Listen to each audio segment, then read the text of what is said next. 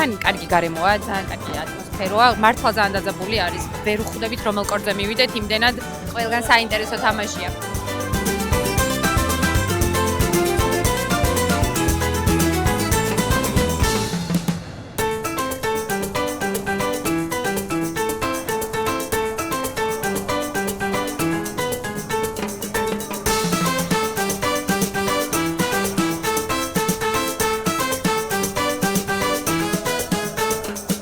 დიდი მადლობა ორგანიზატორებს, ძალიან კარგი ტურნირი გამოვიდა, ძალიან კაი მონაწილეები იყვნენ.